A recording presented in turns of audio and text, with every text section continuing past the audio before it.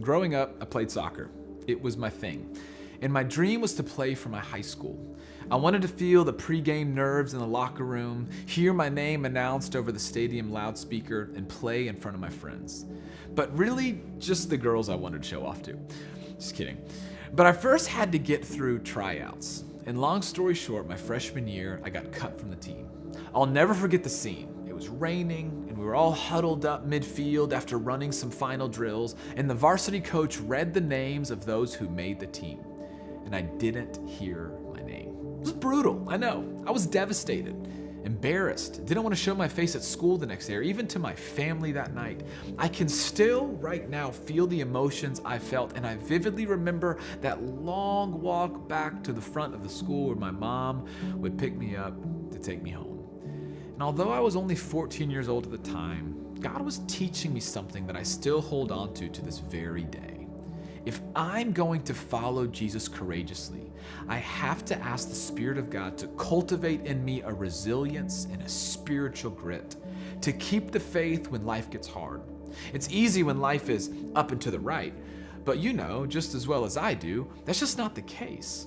In 2 Corinthians, the Apostle Paul talks about a thorn in his flesh that he was given that tormented him. And even though he pleaded with God 3 times to take it away, God didn't. Now, no one really knows what the thorn was, but most likely some kind of physical affliction that would have been a hindrance to Paul's ministry into what God was calling him to do. But then Paul tells us what Jesus said to him. My grace is sufficient for you, for my power is made perfect in weakness. And Paul's response is so powerful. Therefore, I will boast gladly about my weakness. I delight in weakness, in insults, in hardships, in persecutions, in difficulty. For when I am weak, then I am strong. Rather than taking the adversity away, God gave Paul the grace to get through it. Things like insults, hardships, persecution, difficulty, Paul learned to welcome and persevere through, because through them, Christ's power was evident in his life. Here's a hard truth I've learned.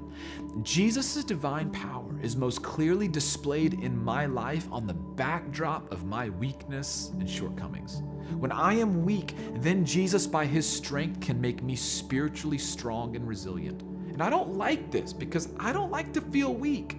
But I've learned my limitations say more about the bigness of my God than they say anything about me. And I've learned to find comfort in that reality. I'm more confident than ever that while God works through me, he is also working on me. Ultimately, perseverance matures us and grows us, and the Spirit God gave us will empower us to persevere no matter what we face. So what's the adversity you're facing today? Maybe you're a single mom and you don't feel like you can do it anymore. Maybe you're being treated unfairly at work for no apparent reason, or maybe it's because of your faith. Maybe you're failing and are beginning to feel like a failure. Can I just encourage you? Bring God in. Ask him for the grace to persevere, and be confident that your perseverance is doing a work of God on your heart and in your faith. Because when God is involved, the striving is never in vain.